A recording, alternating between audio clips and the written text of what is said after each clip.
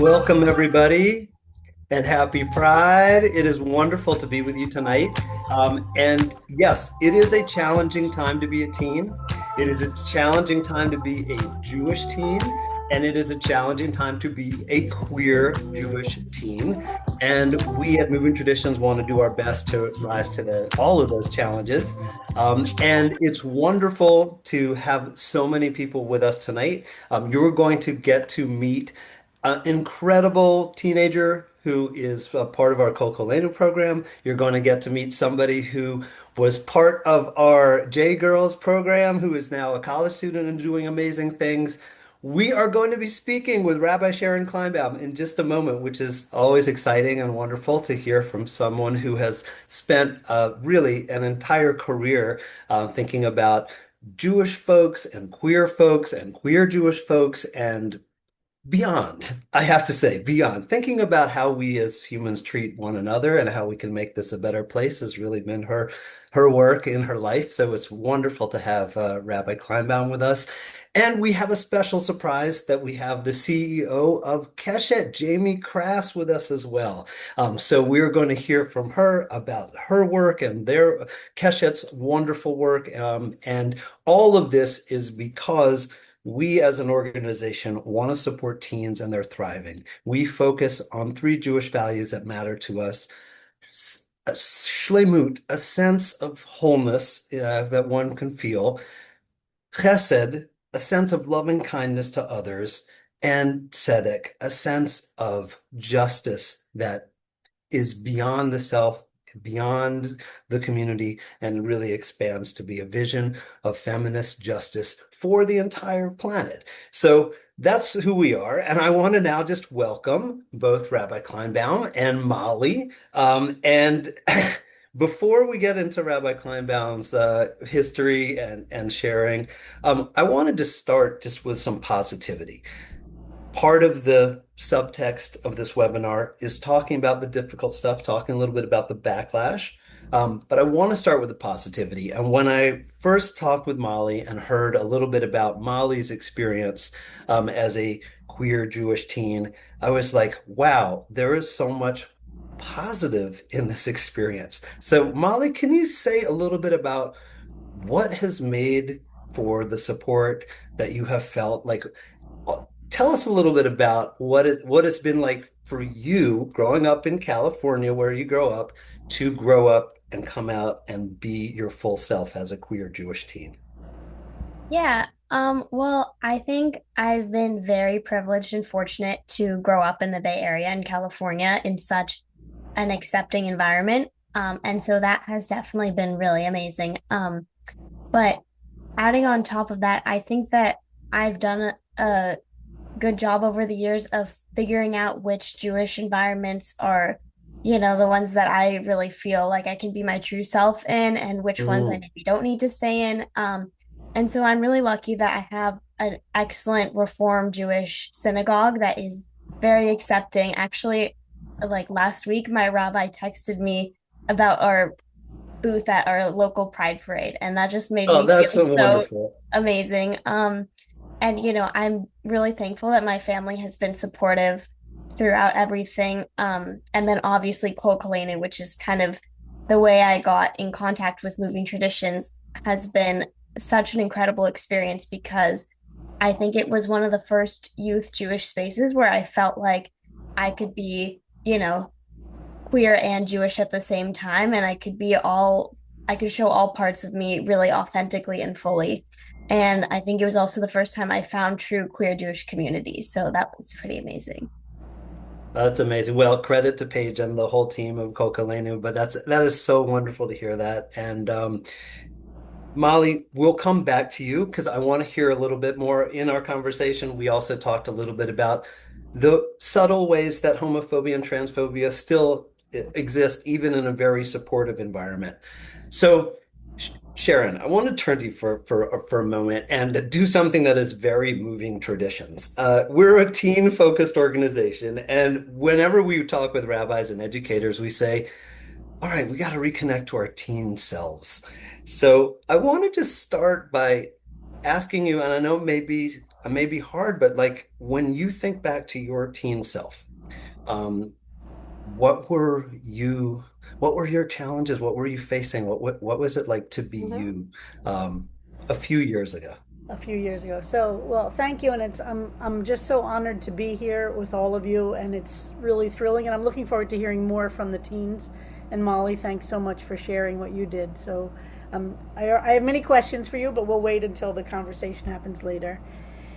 So, first of all, I'm 67 years old. So I entered high school. So I was born in 1959 to give you a location for the time of that the world was in. And I grew up in a conservative Jewish family in terms of Jewish religion. So with the capital C conservative, meaning the conservative movement. And then I went to a yeshiva high school, so I was Orthodox as a teenager. And then I went to the Reconstructionist Rabbinical College for ordination, and then I worked for the Reform movement. So I feel like I am a bit of a product of all four and have deep appreciation for the strengths and weaknesses of the four different movements around these particular issues, but others as well. Mm, So when I was 14 years old, the public schools, this was in 1973, the public schools in my town were falling apart. So my parents and I, I'm the youngest of four, decided that I would go to the local yeshiva high school, which had just opened up. I was always interested in religion, always cared about questions of meaning and purpose and what does our life mean and all those things. And so we thought it would be an experiment for me to go to this Jewish school, which was there were not many Orthodox day schools in that period, and there weren't a lot. Anyway, so I went to this Orthodox day school, which I loved, became extremely religious, became quite Orthodox, became very involved in the learning and in the New York region of the Orthodox day school movement.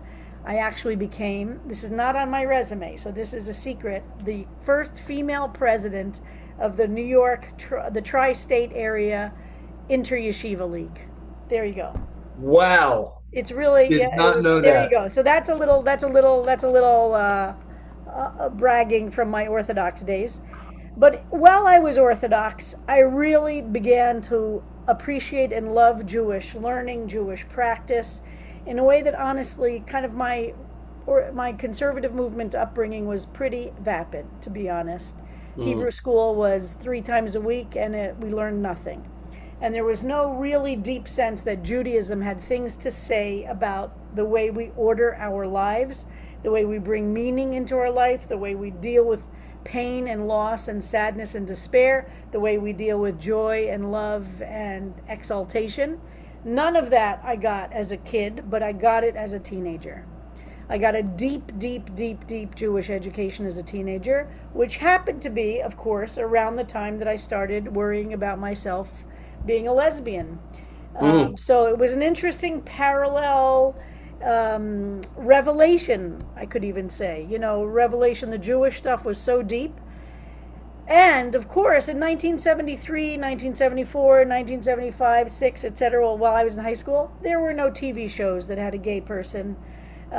There was very little in the pop culture. And I had a best friend who told me New Year's Eve of my final year in high school that she was really worried because it turned out a friend of hers who wasn't Jewish came out to her as a lesbian. It was the first time I ever heard the word. It was the first Wow. time I ever had a conversation. So I was 17, my senior year in high school. And she said to me it was okay because she went to speak to her rabbi, which is in the Orthodox world, if you have a question of how to behave, what to do, how to. And her rabbi said, "Oh, you don't have to worry about it because she isn't Jewish. We don't care what the goyim are. You know, we don't care if there's a gay or a lesbian. You know, don't. Okay, we don't care about that. But never be in a room alone with her. Never be in a place where you will be in any position that she will do something to you." That was my So first she was telling conversation. you about that. The rabbi said this, and you were Yes. must have been thinking, You're in a room with a lesbian right now. Yes, and I Okay. was worried she was. And I was worried that, Okay. oh my God, the rabbi said it's fine if you're not Jewish. But meanwhile, I was deeply Jewish. Everything about me Wow. was Jewish. So I had this, I didn't tell her, of course, at that point.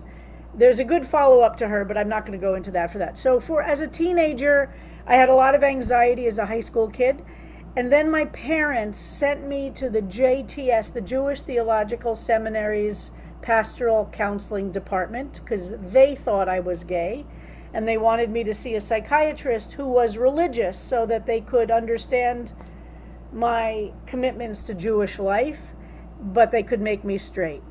So the first time I ever So went your to, parents were trying to support you, though. Your parents were trying to yes, support yes, your they were worried well-being, and about me. yeah.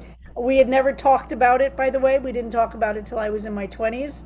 But I got why they were doing it, what they were worried about. It was out of love, absolutely. And they were concerned. So the first time I walked into the Jewish Theological Seminary was to go see a psychiatrist when I was 15 or 16, I guess, to try and make me straight. By the way, I don't think it took. it didn't take. It wasn't successful, but it's a good story now for my looking back on my life.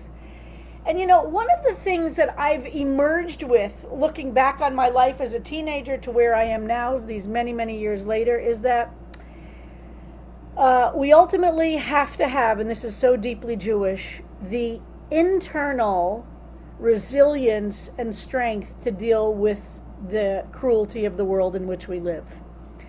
And I feel like my generation sold your generation, Molly, kind of a little bit of a fake, false sense that we're on this trajectory where every year is better than the year before. And if I tell my sob story, it's just to make you appreciate you have it so good. But I don't see it that way anymore. I see it that if there's a sob story, and I'll tell a few more tonight if we have time, I think what we have to do is recognize the power of resilience and strength, because the world is a cruel place, and we tried to protect and coddle in some ways young people because it was so horrible what people went through that our goal was to make it that nobody else would go through that. And I think we made a mistake, because the world is not a linear form of progress. We didn't do enough, and in the gay community, we didn't do enough to prepare both the children of gay families, who are largely statistically straight, and the queer children of other families to be in a spiritually strong internal center to deal with the cruelty of the world. Instead, we said it's our job to make you safe. That's a false offer. It doesn't. Were you saying this before? Like, let me be honest. Like, it Yep. did seem like, when I think about when gay marriage was, came into being, and it was like there was just like all of a sudden, you know, the thing that you said about you didn't have gay characters on television. I was Yep. like, all of a sudden, like the world was celebrating it, and Yep. like it was just like, and we then recently, there has been a shift. I think it's a lot of that shift has been, I've talked to parents that have had to sell their home and move in order to save the life of their child because the state that they live in is not habitable for their child. And Right. and they All I'm can't get saying is all of the this has happened before. The lessons we hmm, have to learn from history are how to resist authoritarianism. Authoritarians go after LGBT people. That is the playbook. That is the playbook. We shouldn't be so surprised. We should be building the resistance to what authoritarians do. Going after LGBT people is the playbook. Going after the four categories of people that dictators throughout world history, mostly in my knowledge is mostly the 18th, the 19th, 20th, and 21st century. Four groups: immigrants, LGBT, whatever words are used, women's bodies, and Jews. Those four groups, and there are some other marginal groups that are attacked, but LGBT is at the center, and I'll tell you a quick story about that. hmm. And our job is to figure out what are the values in our movement that will give us the strength. And of course, parents are going to have to it's going to get worse. And this is not just here in the United States, it's global. It is global. It's a phenomenon, and it was happening all around the world. And for those of us who have been involved in international LGBT stuff, we saw this coming. This has been happening all around the world. It was a little slower coming to the United States because of this, and some people felt like the strength of our democratic institutions could withstand the pressures of authoritarianism. But what we see exactly is the playbook of authoritarians. When Hitler came to power in January and then in March of 1933, the first thing he did, the first book banning, the first book burning in Berlin was Magnus Hirschfeld, who was a Jewish gay physician who started the first gay rights organization in 1891, I think. And then he Yes, I started remember the that's first. the Institute of Sexual Science, No, which that was started in 1919. In yeah, 1890, it that was was a his civil institute. rights Yeah. organization to fight the anti-gay discrimination in Mm, German in German law. And that was in the 1890s he started that. In 1919, he started the that's Institute when the for institute Sexual started. Yeah. Research in Berlin. The first year there was democracy. It is essential for there to be a thriving democracy, for Jews to be safe, for LGBT people to be safe. So the thing the LGBT world has to fight for now is democracy. Yeah. Without democracy, there is no safety. With Yeah. democracy, that's the only time Jews have been safe and the time that LGBT folks are safe. So we can't be in silos and talk about things in terms of to save gay people. To save gay teens today, queer teens, we have to fight like hell for the democracy. There is no separation of that. So So, Sharon, yep. I Oh, wanted to sorry. say like Let me just just say about the book burning. I just want to oh say the this. book. Okay, all right. So I the got a Institute question for you then. For Scientific Research, what you're talking about, had Mhm. 20,000 volumes in their library. It was the largest library of LGBT material. Some of it was manuscripts, some of it was scientific study and books. And that is what the Nazis, on May 6th, Nazi youth went to the center, took 20,000 books, took the bust of Hirschfeld, put it on a pike, and went to the Biblia Plaza in Berlin and burned all those books. This Wow. is the playbook. We should Yeah. be ready for it. And we know that Right. they eventually took Hirschfeld himself and murdered No, him. Hirschfeld never, he was out of No? Germany. He had left Germany because had been attacking him in the Nazi press throughout the 20s. But he died So during the war, right? Is no, that he right? died in No? 1935 in France. Ah, He left Berlin before the Nazi takeover and he could never go back. He was in the United States on a speaking tour hmm. for a long time and then he went back to France and in 1935 he died from a diabetic stroke. But by the way, a new book has just come out about him called The Einstein of Sex, which I strongly recommend for LGBT Jewish history. It's a phenomenal book. I'm just very moved that part of Pride has become learning about these real heroes of the past who Absolutely. really lived their truth, and not only lived their truth, but like saw that the world needed to recognize this truth. And I remember when I first read about Magnus Hirschfeld, and I was just thinking, this is one of the great Jewish educators of all time. Yep. This is one of the great, like, this is a person who uplifted the awareness and used science and psychology and was just like telling people, no, actually, you're okay, you're healthy. This is the way that you are, and we should celebrate this. But he And pretty much stayed closeted. I want to also say the mm, idea that being out always is the formula that we want to say to young people. If it's not safe to be out or you live in a society where being that visible isn't safe, there are different options that exist to live a very rich and meaningful life.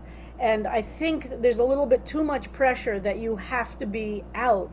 It's not always possible. And Magnus Hirschfeld, who was the most famous sexologist to study this, he had partners and his yes. small close circle knew, but he did not publicly come out.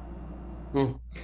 I know you're also really connected to the queer Jewish history of New York City. Yes, very much And so. could you say a little bit like, I mean, I want to know who are the pride heroes, the queer Jewish pride heroes like in New York City? I mean, who was your go-to person? So the first thing to always remember is that there were different periods, epochs of LGBT history in globally and in New York City in the United States. And there was the period before World War II in a very kind of simplistic way. I'd say before World War II and after World War II. Before World War II, there was tremendous activity, bars, cafes, things like that, all over the world, especially in places like New York. And World War II changed the scope for gay people in huge ways. The most obvious way is that hundreds of thousands of young people left their farms and small towns all over the country and came to New York, San Francisco, and Los Angeles as they were being deployed to the European theater or to the Pacific theater. So for the first time in human history, hundreds of thousands of young people were taken away from their families, from their small towns. This is obviously long before the internet.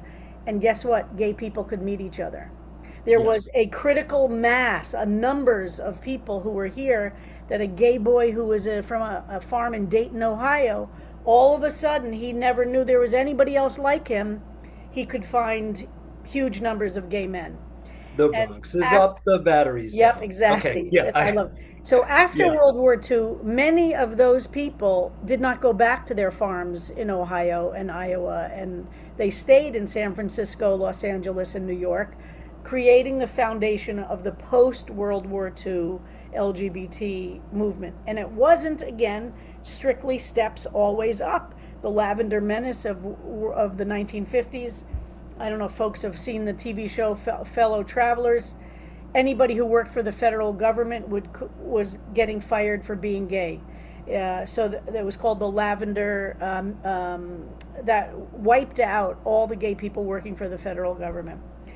So in New York, I want to tell the story of one particular person who I've been doing a lot of work on. Her name is Eve Adams. And I'll tell you, you'll hear why she's so significant. And I do exactly what you're saying, Rabbi, is that every Pride I try and figure out what somebody knew.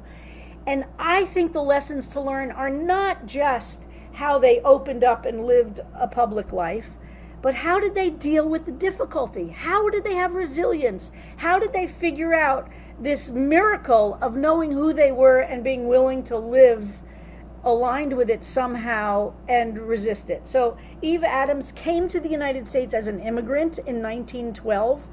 And this also has such overlap to the story of immigration. She came as a Polish Jew. Chava Zlachauer was her Polish name.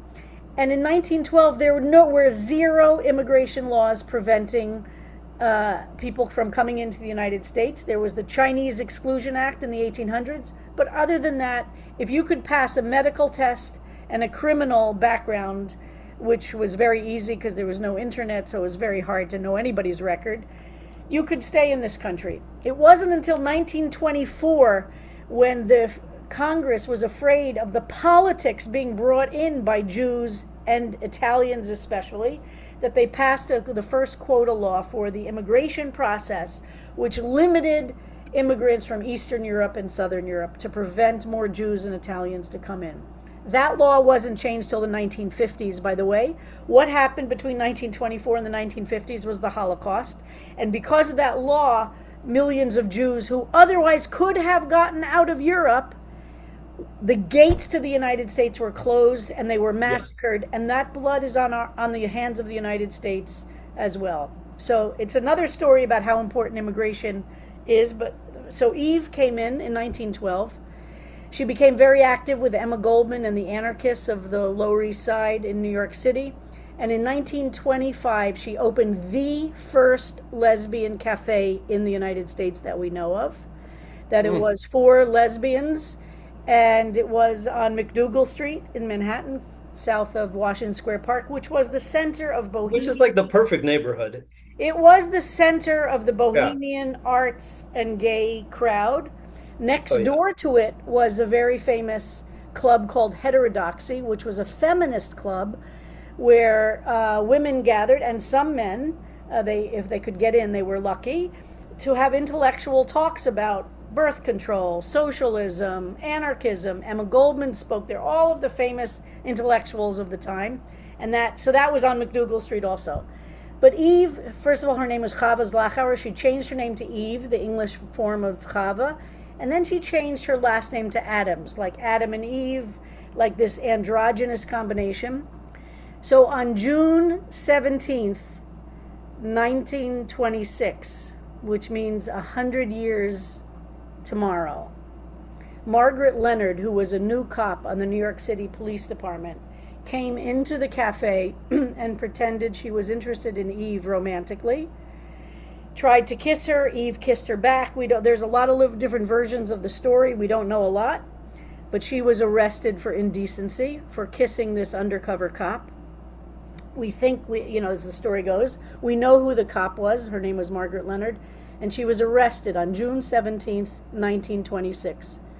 She was kept in a prison here in New York City for a year and had a trial in which her recently self-published book called Lesbian Love was an example of indecency and of horror to the New York City. And J. Edgar Hoover had just started the FBI. So a year later, she was deported back to Poland. And again, wow, this overlaps the story with immigrants who are getting deported today for violating this regime's idea of what is okay. She was desperate to stay. We have some of the letters she wrote asking any of her American friends for anything to do to save her. She went back to Poland. And then she, that was in the late 20s, and as she watched what was happening to Europe, she moved to France, which was strongly anti-Nazi at the time. And then she was in Paris. She opened a lesbian bookstore in Paris, and had a lover one that we know of. And how we know any of this is kind of a miracle. And then in 1943, she was arrested and sent to Auschwitz, where she was murdered. And it's an amazing story because for me, it shows all these different things. We have letters she wrote asking desperately to get back to the United States and be saved. So similar to the things we're hearing today. Yes. Anyway, when she died, she had a brother who had gone to Palestine before the war. And he tried to find her after the war and couldn't find anything. And on his deathbed, he said to his grandson, "Please keep up this search for my sister. I don't know what happened to her. I assume she was murdered along with the rest of our family." And so this grandson, and in a few years ago, this is very new information, one of the great historians of gay culture he's older now, Jonathan Katz, published a book called The Daring Life and Dangerous Times of Eve Adams. And the book actually includes a copy of her book, Lesbian Loves. And so tomorrow. Amazing. What? Tomorrow is the anniversary. At 4 o'clock, some of us are gathering. By the way, where Eve's hangout was is now an Italian restaurant. The room still exists. That was a lower level. So people are gathering at 4 o'clock to do a little thing. It's a very small space. And then we're walking on a vigil from Eve's hangout, that was the name of it, to Washington Square Park, to the Arch, where some of us are going to speak, and I'm going to recite Kaddish. And we think this might be the first time Kaddish has ever been said for Eve Adams. Wow. And well, so that story, tomorrow. I mean, Sharon, that story really... Incredible, huh? It's an incredible story, but also it really supports the point you were making earlier, that resilience is what matters. I mean, here's a person who was deported and, their life could have ended in depression in Poland, whatever, but reimagines herself, recreates a world. Just the resilience is just incredible in that story. And also, I think the story speaks to the ways in which state control over people's lives and over who can be part of the state are just all caught up in all of these questions. So I'm going to say one other thing about this. I'm going to tell you that those people that hung out at Eve's Cafe or Eve's Hangout in the midst of this terrible oppression had a fantastic time. I mean, Right. people have a great time, and this is where we think we have to have all of our freedoms lined up before we can have fun.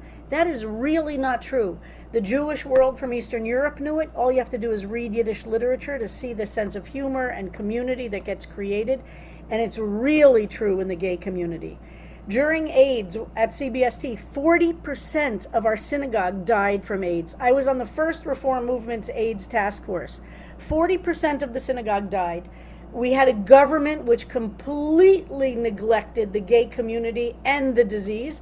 And let me say this, the Jewish community was terrible about AIDS. Terrible. For those of us who were on the front line in the 80s, we were fighting the federal government, which was horrible, and we were fighting the Jewish community. And you know what? We had memorial services, funerals constantly. When I came to CBST in 1992, I had just turned 33 years old. I was burying my generation. I wasn't burying older people. I was burying young men who were my age, my generation, my cultural, horizontal cohort. And yet, let me tell you something. We knew how to have fun in the synagogue and in the gay community in general. We weren't, yes, it was sad, but the ability to hold both of those things at once, sadness and joy, is exactly a Jewish concept. You don't wait until all the sadness is gone or the fear is all gone or the anxiety is all gone. You demand having fun now. Joy itself is an act of spiritual and political resistance. And how that manifested is all different kinds of ways. We would have funerals and memorial service. 40% of the synagogue died from AIDS. That meant we were always dealing with people in the hospital and sick, or funerals, or dealing with mourners and mourning. But on Shabbos, on Friday nights and Shabbos, we had a very deep understanding that we weren't going to turn the synagogue service into a dirge-like funeral. Shabbos had to have joy. If we need to find ways to create the arc that takes us through the tsunami, through the mabul, the flood, but takes us so that we also have love and laughter and dancing and eating good food and enjoying our friends and having, love affairs and breakups. And if that's my strongest message to young people, it's don't wait until it's all perfect. You're carrying a lot of anxiety and fear. But create containers in which you remember once upon a time, maybe you had a good time in that container. Is it going to a movie with friends? Is it going, horseback riding? Is it going bowling? Is it going, hanging out and cooking? You've got to actively think of the things, because part of what dictators and authoritarians want to do is crush our spirits. They want us to wrap up into a little cocoon, hide under the bed, and disappear. Joy is an act of spiritual and political resistance. No one can do everything, but everyone can do something. And our job, if we're alive right now, it's because I believe God thinks we have something to offer, each of us individually. No one can do everything. Everyone can do something. Our job is to figure out what is the something we can do. But have fun. Beautiful. Don't lose that ability, even if you have to force yourself to. That's an important goal.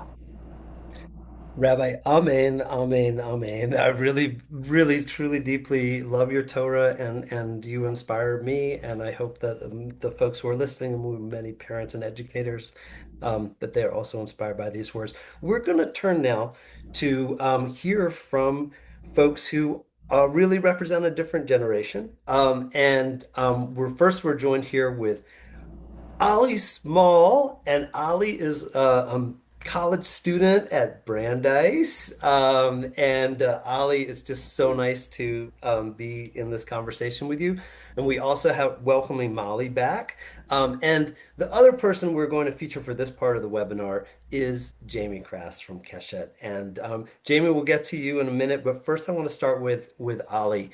I just first wanted to start with, what was it like to hear Sharon speak about this history, and how are you sensing it and absorbing it and taking it in? Yeah, it was fascinating to hear, especially learning about Eve Adams and just learning so much history that I'd heard nothing of before. Like, even just in classes I've taken in college, in like Jewish studies classes with queer professors, still, we really learn so little about different individual people that existed in that time. And it's so inspiring to hear about their lives, especially outside of the Holocaust. Mm. Yeah, right here in New York City. I live in New Jersey, but yeah, like right over here, all of that happening. That's wonderful. Ollie, when we had a conversation, like it was very clear to me that you grew up in a very challenging place to grow up as a queer person.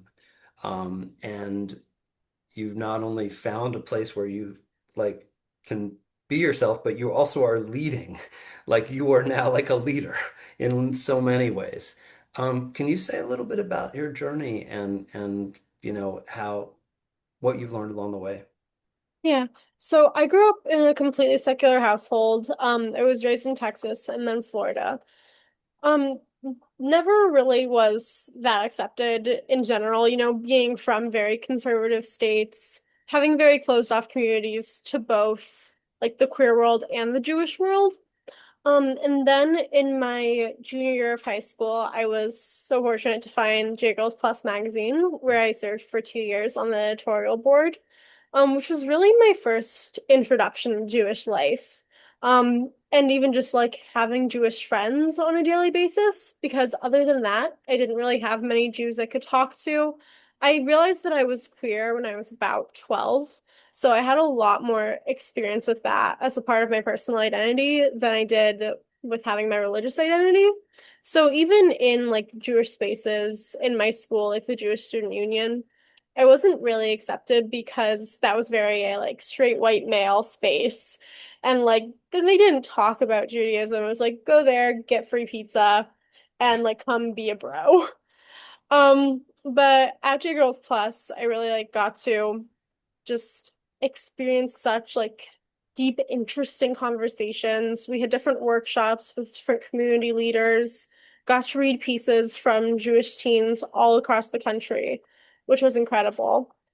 And then when I was applying to college, that was the year October 7th happened.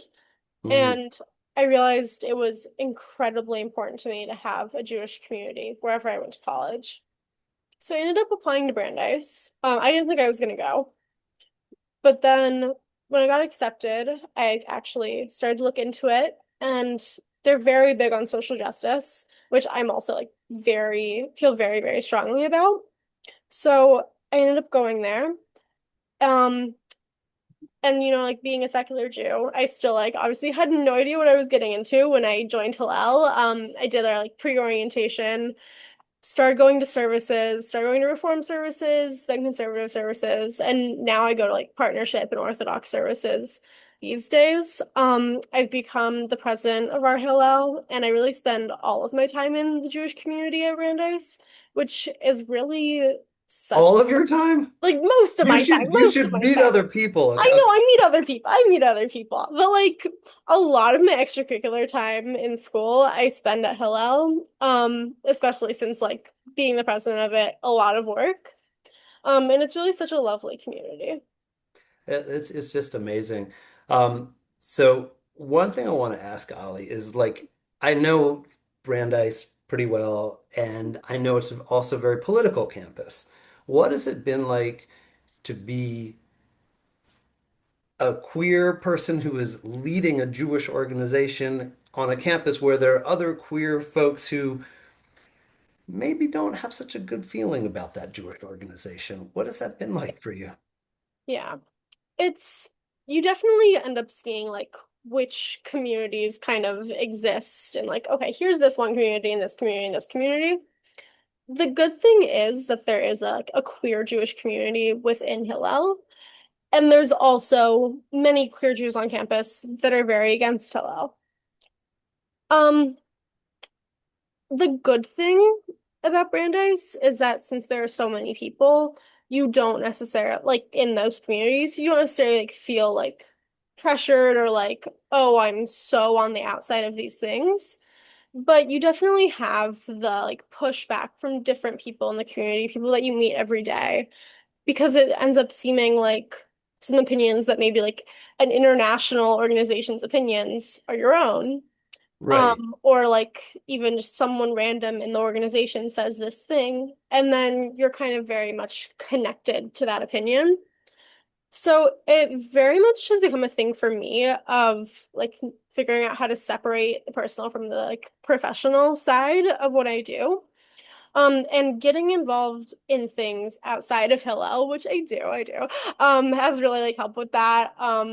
Especially like I've gotten involved in a lot of social justice, immigrant work, in the community. I work at a school in the community. And also I used to be on the board of the Brenner Democrats. So really just like getting closer to other people who have similar values for me and figuring out kind of how all of that connects, because it definitely is a very interesting time to like see how all of the politics across campus intersect. Mm. Molly, I see you're like listening and like I can see maybe some thoughts, churning. What's it like for you as a high school student listening to Ollie's experience? Well, I'm very excited because I'm also headed to college in the fall. And I'm going to Tufts next fall, and I chose that college because I noticed that it had both a robust Jewish and robust queer communities, among obviously other academic and social things. Um, but it kind of I am anticipating that there might be some difficulty balancing the two identities because people hold a lot of prejudices against both, and a lot of opinions and political views can kind of get misinterpreted. But I think that it makes me really happy that like all of you found a way to express both of your identities and feel really confident, and like you found a community that supports you as both a queer person and a Jewish person. Yes, it's truly amazing. So, JB, I want to turn to you now for a moment. There's been a lot to take in, just the big picture that Sharon, this incredible history that she shared, and just like the inspiration.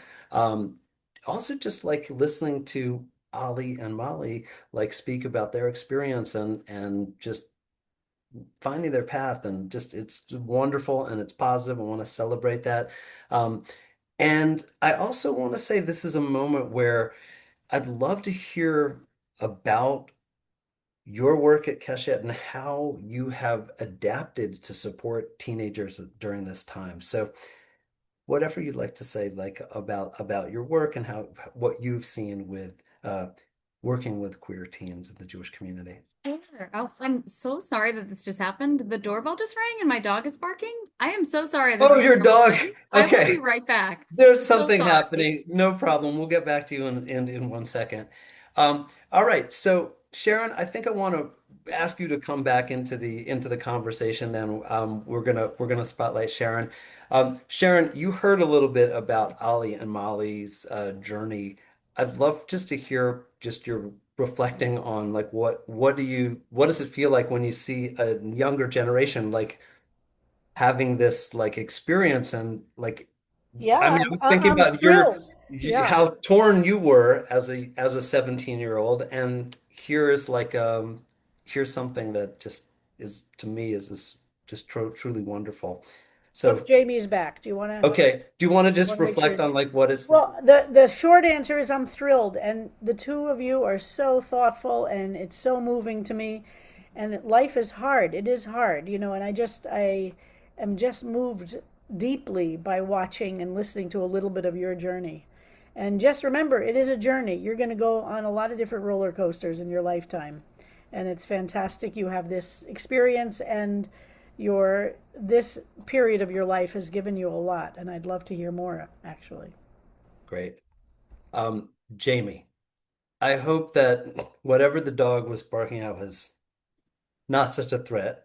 Thank you to all dogs everywhere for protecting us.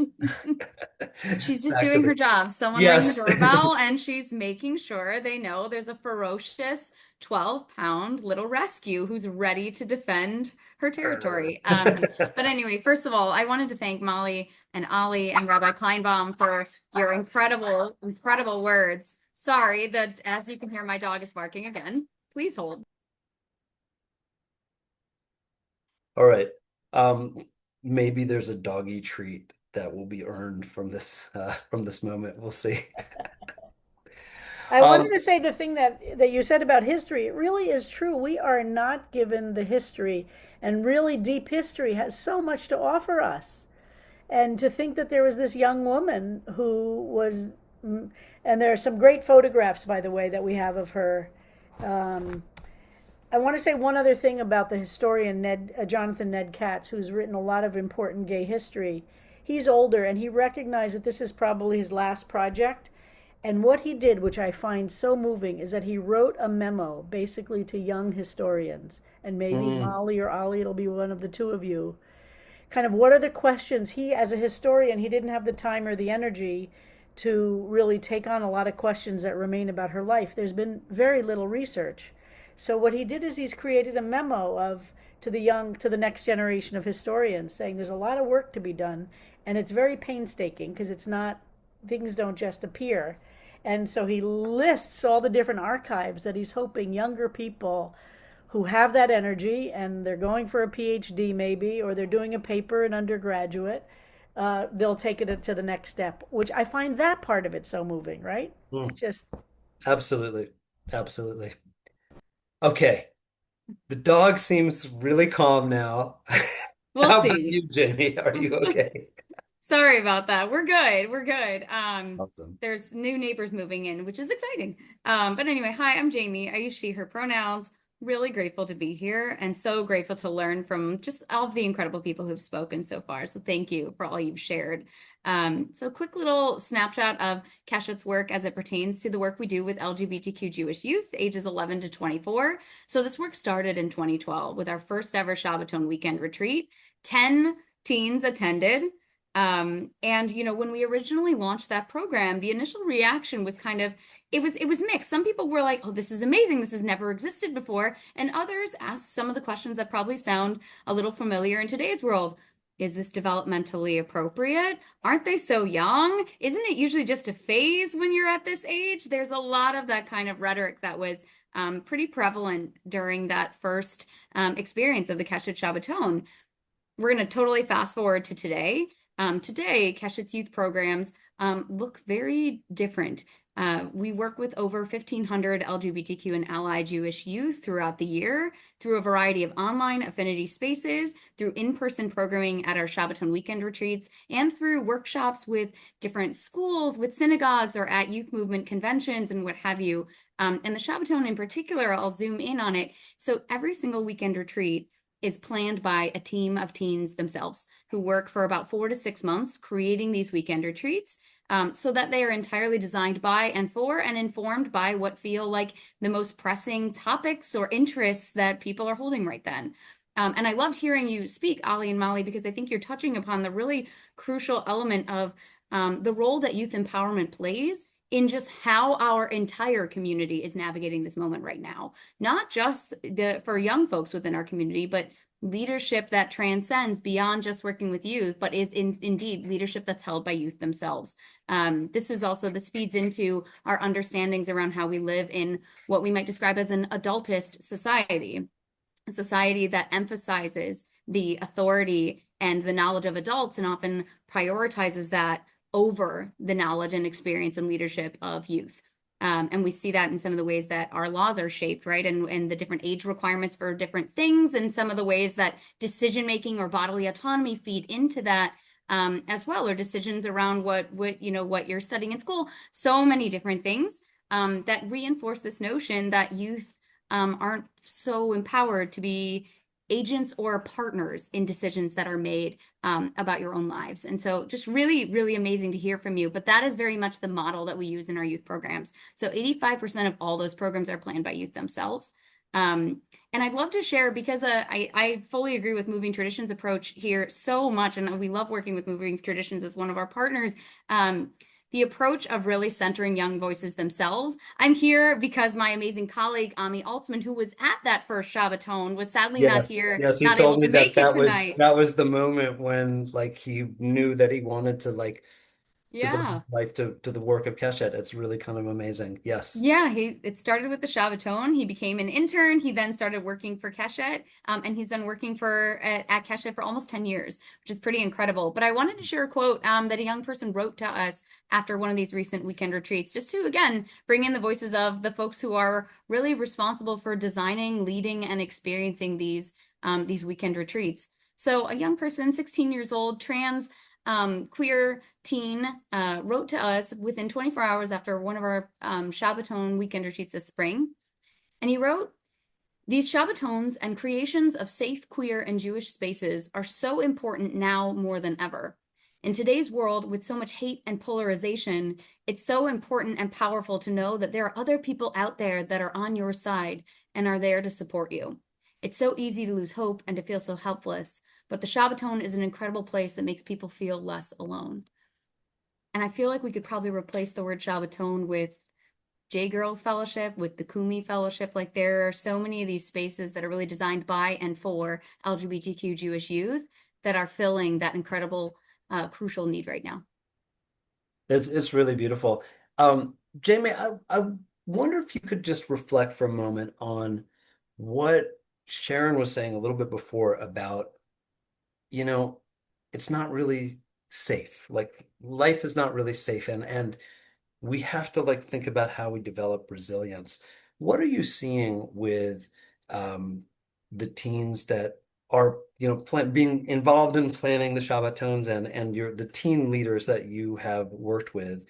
What are you seeing in terms of their own feeling about what's happening, the backlash in general and what's important? I'd love to just hear like what Mhm. shifted. Of course it's important. I like what you read was incredibly powerful and beautiful. I'm also interested in like what are the ways that you're shifting to meet the moment? Yeah, yeah. So, shortly after both the election and the inauguration, we hosted opportunities for folks to share what they were experiencing. How are you feeling? You know, that's all we asked, not a super loaded question, just a how are you feeling right now? And some of the responses that we received were, I feel alone, I feel terrified for my life, I feel guilty for being trans because my being trans puts my family in danger. We feel disposable to America. There was a lot of rhetoric along those Wow. lines. Wow. Um, and and we also saw young folks responding from a place of, if we could be legislated away, they would have succeeded by now. So us being here today is proof that nothing can ever take us away. Nothing can ever erase us from this community. We've always been here. We always will be here. So there's that duality, right? Of there's the real pain and fear that characterizes how many people of all ages are feeling right now, especially when we look at how in 2025 there were over 1,000 pieces of anti-LGBTQ legislation that were proposed across the US, the first time we ever entered quadruple digits. And many of those were focusing particularly on youth and especially trans and non-binary youth. Yeah, we know that the majority of the states now have eradicated any kind of trans Yeah. health. Yeah, Yeah. yeah, Yeah, we're up to absolutely. 25 right now. Yeah, Yeah. exactly. Yeah. So there's that piece. And so how we've changed some of our programming, well, the way that we have to think differently about safety now. So Mhm. when we're thinking about, at our East Coast Shabbaton, which is attended now, that was the first one ever with 10 teens now. It's attended by about 100 youth every year. And we have several other Shabbatonim that happen around their year. But for that Shabbaton, youth are coming from typically over 20 different states. So when young folks are flying from different states, if those are states that have really restrictive, regressive policies on access to public facilities like bathrooms, we want to be thinking about how we can have adults be at those airports, how we can have adults who can be on the same flights as youth, whatever is needed so that people feel like from airport to train to plane to meeting us at the destination airport to coming to the Shabbaton, folks feel like they have support, so that they can be safe throughout that journey. So it's a new area of thinking about this.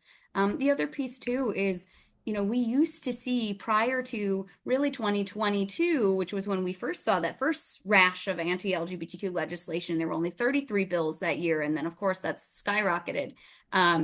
But before then, we would often see like a craving for spaces at the Shabbaton to talk about politics. Like I'm curious, like Mm. Ali and Molly, do you recall a time when you enjoyed like talking about politics or talking about like politically controversial and interesting issues? Yeah, I personally like always love to talk about politics. Love it. Like yeah, like in my history classes and like government classes and stuff, I was always a big part of those conversations. That's awesome. So that was like that used to be like the dominant hunger of the Shabbatonim was like let's do like the social barometer and let's talk about everything. What we saw over the since especially since January 2025 was um that went away. It was more requests of please let's not talk about politics. We just want this to feel like a break. We want this to feel like a respite. We want this to feel like a sanctuary outside of that. It ends up organically coming up anyway, but we did notice a very direct shift of what we need this to be as an escape in a way Mm. that it didn't seem like it needed to be an escape before. Right. Well, that I think that speaks so much to what Sharon was talking about. Like even in like a difficult time, sometimes you need to just have a lot of joy. And Yeah. like, you have to mix it up and you have to be able to do both. And like that's what it is to be resilient, is Yeah. to hold both of those truths at the same time. I do Sometimes want to you say that we are in a moment of time right now that everybody has to take extremely seriously. If Mm. we do not have an impact on the November 3rd midterms, we're facing something that will be for another several decades. So I would urge anybody who cares about gay rights, trans rights, teens, to start developing real programming that gets people to talk about politics, not in a way I get that people want to have a break from it, but if we can't engage queer youth to understand the essential, we all have to be involved in these elections in November, and all the different movements are doing all kosher things for 501c3, there's all different protect the vote stuff that's happening. Yeah. We have to understand queer people are part of a larger fabric of society which is under attack. It's not just us. It's not, and we have to find ways to build a tapestry of strength that understands that only in a democracy will we be safe. And therefore, if we're not fighting for that democracy in ways that work for us, we are abdicating our responsibility to queer everything. And there is no way around this. I'm saying this, I'm sounding the alarm everywhere I go. Right now, we're in June. We have till November. This is not a fake sense of fire alarm. This is to really adjust our perspective. Some things have long term issues, and some have short term. And I believe in engagement, and I think we've failed, in getting people to be civically engaged. So, for instance, every local area can get people, there's stuff that can happen and this we understood in the gay community too. When the federal government abandoned the gay community, we understood we needed to work on local city and state issues, and that remains essential. We need to find out ways not just to get people to vote, but to get people engaged in the project of protecting and fighting for democracy. It's totally of one piece. And if we don't get that, and honestly, I think we've made so many mistakes in America in the last 30 years, and one of them is a over focus on identity politics that puts us all in silos rather than creating a collective sense of what it is to be an American, and to be an American even in situations where we don't agree with people. We're just so used to wanting to be in our own pods because we want to feel safe. But life isn't only about being at a dinner party with the people we're best friends with. Mm. And we're facing a very significant moment. So I would urge people to kind of see our time now as having some burning momentum to it. Sharon, like every great rabbi, you're not only making us present of this to this moment, but you're also anticipating a holiday coming up, July 4th, and like giving us a little bit of a vision of what America could be. And I absolutely love that. So thank you so much. Um, I am now going to turn things over to my wonderful colleague who I have learned from for many, many years, Rabbi Tamara Cohen.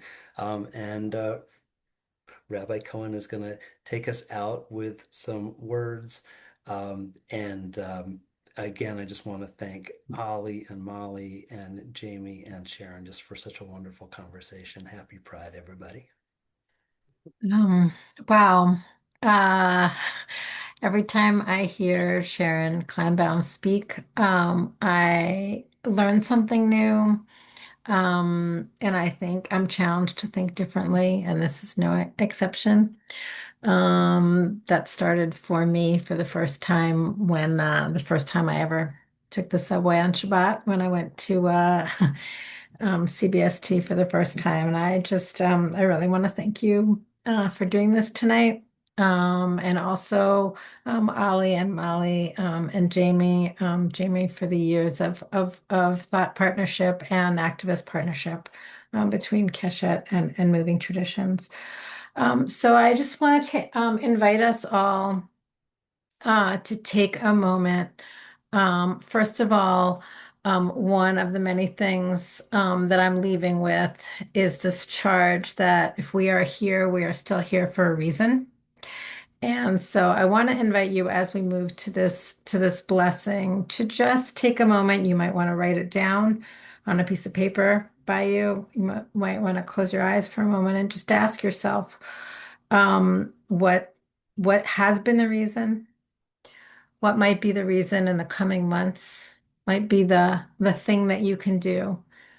And I want to invite you to think of a joyous thing and a resistance thing to protect yourselves, to protect others, not in that just safe, um, away from the troubles of the world way, but in the way of making things better for us and all of us here in this democracy.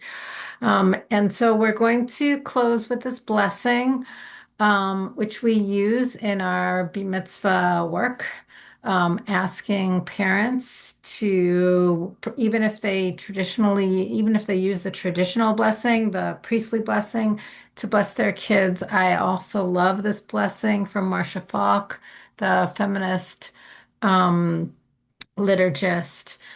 who draws on the moment when God self-identifies at the burning bush and says, I am who I am, in answer to Moses' question, who are you? Who shall I say sent me when I go and stand up against Pharaoh, against the oppressor? And God responds, Ehyeh asher ehyeh. I am who I am. I will be who I will be. And so what Marcia Falk does here is turns that into a blessing that we can offer to each other, to young people in our lives. And I'm going to invite us to also offer it to ourselves as we clarify what we are going to leave here tonight, more dedicated to doing. And so you say the person's name. And then you can use the masculine language, the feminine language, the non-binary language, whichever language you want to use this day or any day. Heye asher tehiyeh, heyi asher tehi, veheyi brucha, veheye barucheh, ba'asher tehiyeh. Be who you are, and may you be blessed in all that you are, and may you be a blessing in all that you are. Thank you for being with us. I ask you to take this and give this blessing to someone else in your life, a queer person in your life, an ally in your life, to build more connections with one another. And take the history lessons from tonight, and the present lessons, and join us and others in extending the blessing beyond ourselves, beyond our community. Thank you and happy Pride. Thank you so much, Tamara. I just want to let people know we mentioned one of our programs a little bit earlier. That program is Kumi, and we still are accepting applicants for that program. And so we'll drop that in the chat. And the other thing is we always love to hear feedback. Feedback is a gift. It helps us improve and grow. So if you have any thoughts about tonight's webinar, we also have a link that we're going to drop in the chat about that. Anyways, I just want to say thank you again to all of our wonderful participants. And I wish everyone a happy Pride. And I will think to myself about Sharon's charge. How am I going to help save democracy and protect the people I love? Have a great night. If you only knew